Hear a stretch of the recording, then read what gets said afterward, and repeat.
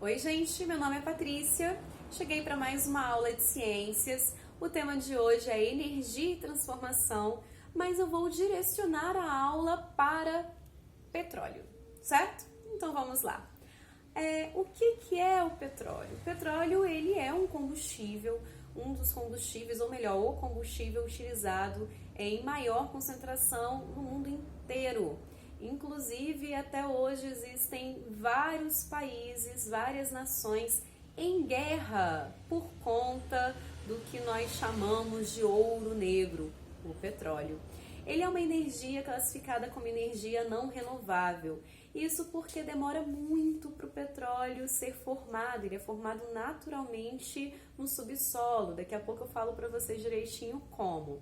E à medida que a gente extrai o petróleo, que a gente tira esse petróleo lá de dentro da terra, do interior da terra, a natureza ela não consegue repor. Então, se ela não consegue repor, ele não é renovável. A gente vai ter, então, um estoque de petróleo limitado, certo? E aqui eu também citei para vocês nesse slide que ele é o principal culpado do aquecimento global. Já ouviu falar de aquecimento global?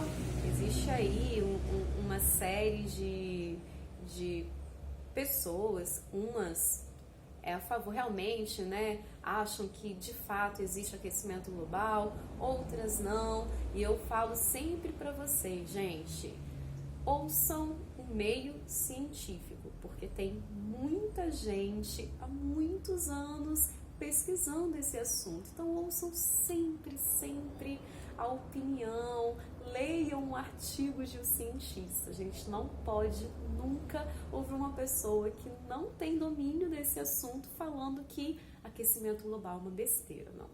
É algo real, né? Bom, aqui a gente vai ver mais ou menos como que o petróleo é formado. Lembrando que ele pode ser formado em região continental ou no meio do oceano. Mas as duas formas obedecem o mesmo esqueminha, tá? Bom, eu tenho aqui, ó, eu peguei a canetinha, mas ela é muito clara, eu vou com o dedo mesmo. Então, vamos lá. Aqui atrás está representando um ambiente. Eu tenho 3 ambientes. As três imagens aqui representam o mesmo ambiente, só que em tempos diferentes. Então, a gente vai começar aqui, que é o primeiro tempo, né? Aqui nós temos um ambiente de 300 a 400 milhões de anos atrás. Lembra que eu falei que o petróleo precisa de muito tempo para ser formado? Então, ó, 300 a 400 milhões de anos atrás. Esse ambiente é um ambiente de oceano, ok? Poderia ser um ambiente de mato, mas nesse exemplo aqui é um ambiente de oceano.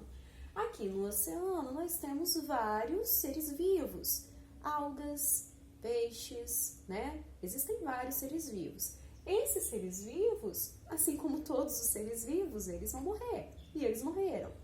Acontece que esse material, que é resultado desses seres vivos mortos, ele sofreu uma cobertura com o passar do tempo. Passei para cá agora, ó. Aos poucos, esse material que antes era ser vivo e agora está morto, foi coberto por sedimentos. O que é sedimento? Sedimento, imagine sedimento como pedacinhos de rocha, certo?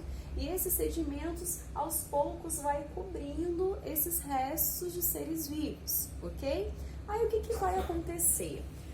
A decomposição desses seres vivos vai acontecer de forma muito lenta, vai acontecer num ambiente onde a concentração de oxigênio é muito pequenininha. Então, aos poucos, com o passar do tempo, essa decomposição vai dar origem, nesse ambiente, que é um ambiente bem específico, vai dar origem à formação do petróleo. E o sedimento vai dar origem a um tipo de rocha que a gente chama de rocha sedimentar, certo? Então, aqui nós temos uma plataforma que está extraindo o petróleo. Ela vai fazer o quê? Ela tem que furar várias camadas de rocha sedimentar até chegar no petróleo. E aqui a gente tem uma parte onde tem o depósito desse petróleo e uma parte onde a gente tem o gás natural. O Ué, mas como que esse gás foi formado?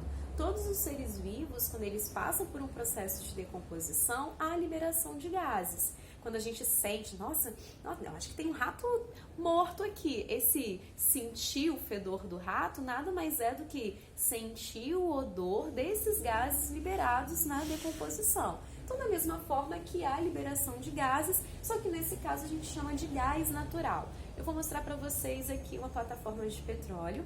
Essa plataforma é uma plataforma no meio do oceano, certo?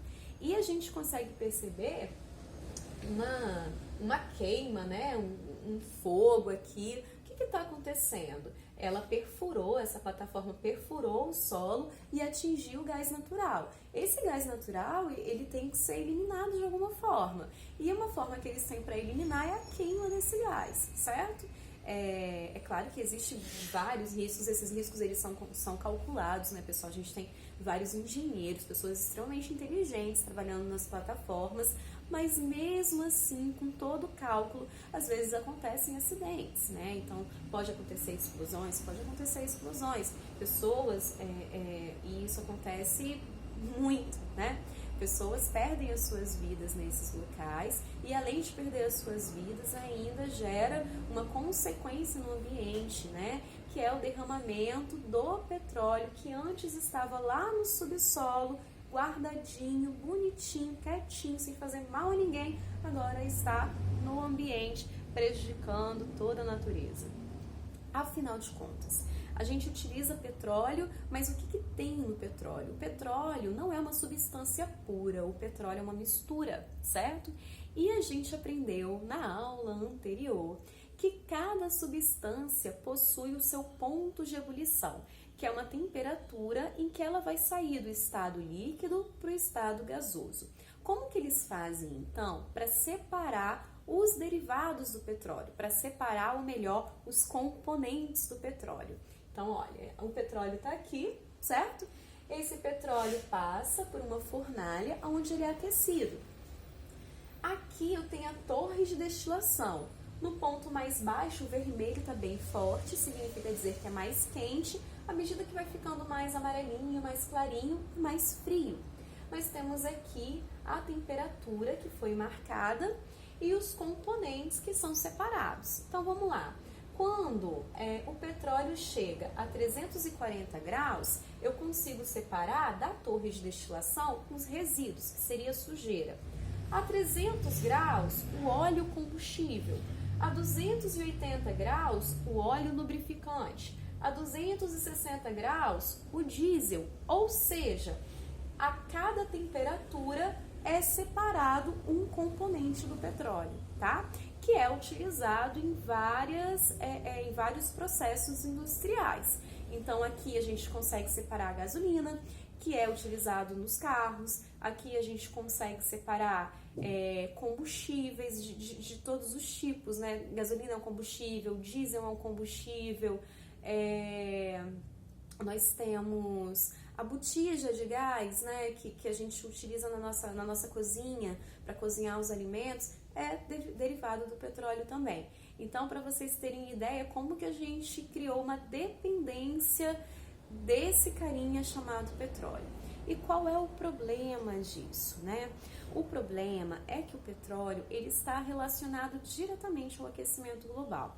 Primeiro a gente tem que separar o que é aquecimento global e o que é efeito estufa. O efeito estufa é algo bom, é algo natural, que mantém o clima do planeta estável. O aquecimento global é o efeito estufa muito forte. Então eu vou aumentar o efeito estufa, aumentando a temperatura, provocando assim a alteração do clima do planeta inteiro, ok? Vamos entender aqui como que acontece no ciclo do carbono. Ah, mas eu estava falando de petróleo, por que vai falar de carbono? É que o petróleo é feito de carbono. Todos os seres vivos são feitos de carbono. O petróleo é feito de seres vivos, fossilizados, mas sim, são seres vivos. Então, ele nada mais é do que um depósito de carbono. O que acontece?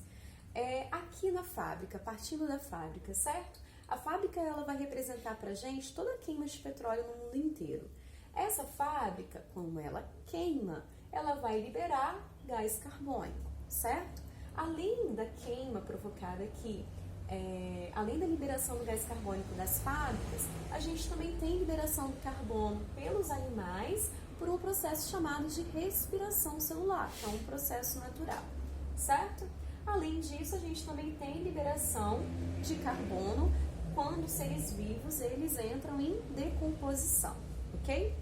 O gás carbônico ele tem uma propriedade de reter o calor do sol, formando o que a gente chama de efeito estufa, que seria uma coisa boa. Porém, com as atividades industriais muito intensas, com o consumo muito exagerado, a gente tem uma liberação muito grande de gás carbônico. Então, a gente extrapola a liberação desse gás carbônico. Se a gente extrapola, a gente vai ter uma retenção de calor muito maior. Logo, o planeta vai aquecer mais e é exatamente o que a gente chama de aquecimento global. Quais são as consequências do aquecimento global que está relacionado à queima de petróleo?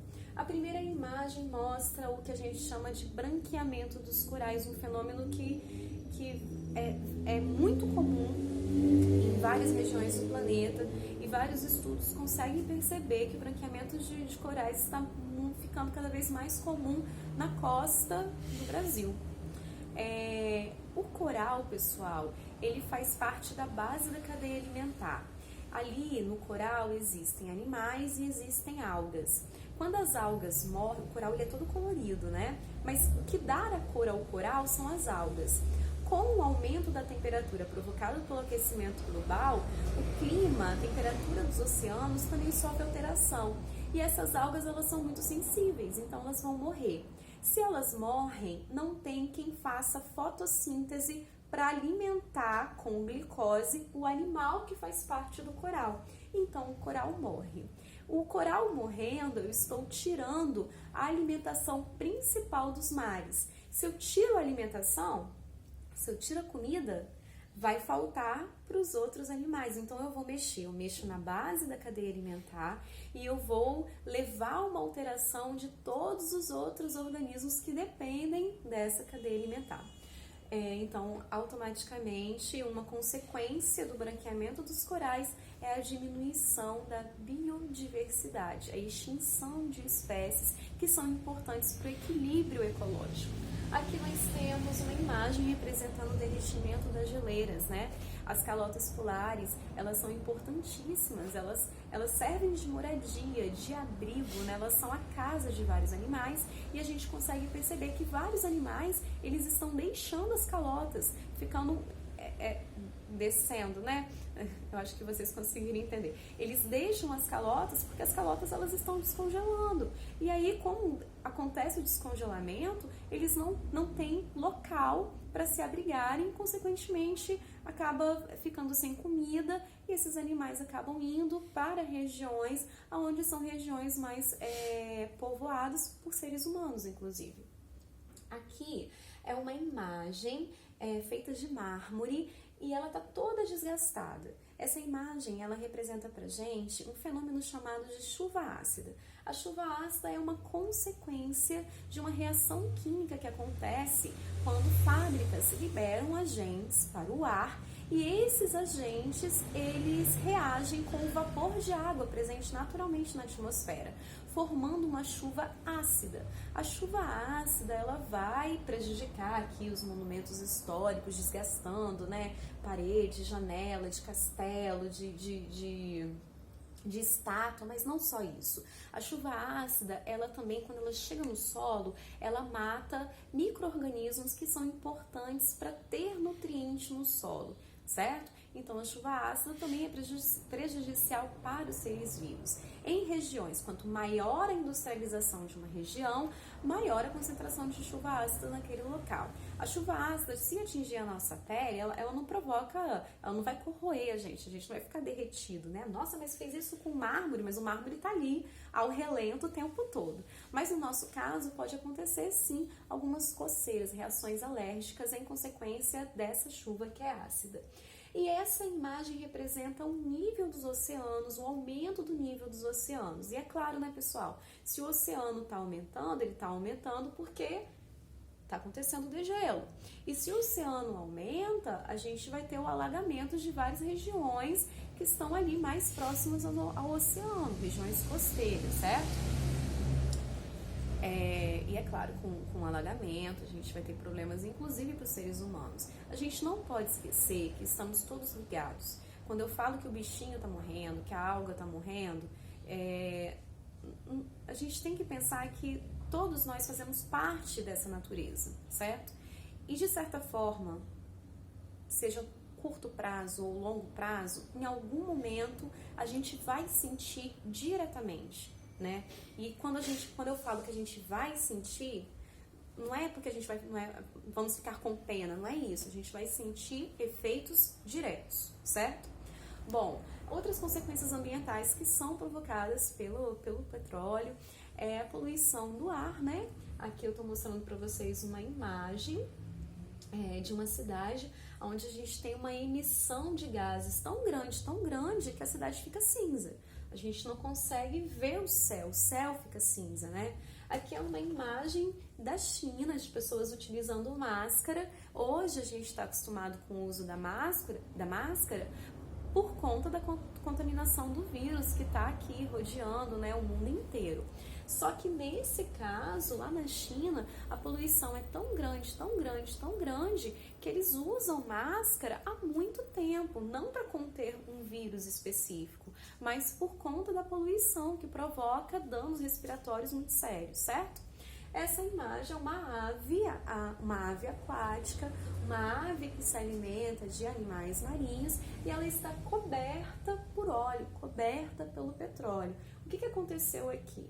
Aconteceu um acidente, lembra que eu falei lá no posto de extração? Então, algum posto de extração aconteceu um acidente, poderia ser no navio também, aconteceu um acidente, houve um derramamento de petróleo, cobrindo vários animais, né, com esse material. Essa imagem é a imagem aqui do Brasil, certo? Daquele acidente que teve aqui, que atingiu várias praias do nosso Brasil, pessoas do mundo inteiro não, pessoas do Brasil inteiro, né, se voluntariaram para tentar limpar as praias, salvando, né, não só animais, não só algas, mas tentando salvar o seu trabalho, salvar o seu alimento, né? A gente tem que pensar que quando acontece um derramamento de petróleo, os peixes ali, eles ficam todos contaminados. E muitas vezes essas pessoas, elas dependem do peixe para vender, para ter renda para sua família, para se alimentar, a sua fonte de comida. Então ela perde dinheiro, ela perde a fonte de renda delas e perde a sua comida. Além disso, várias pessoas que entraram em contato com esse óleo tiveram aí danos à saúde muito sério, porque é prejudicial à nossa saúde, né? Bom, o que a gente pode fazer então para tentar diminuir esse problema? Eu trouxe para vocês aqui algumas perguntas e eu queria que vocês pensassem junto comigo sobre essas perguntas. Primeiro, você realmente precisa comprar tudo o que quer? Aquele celular maneiro, aquele tênis de marca, aquela blusinha, não precisa nem ser de marca não, aquela blusinha que está na promoção, você realmente precisa? Não precisa? Então não compra. Porque aquele material, para chegar até a loja, veio de carro, veio de caminhão.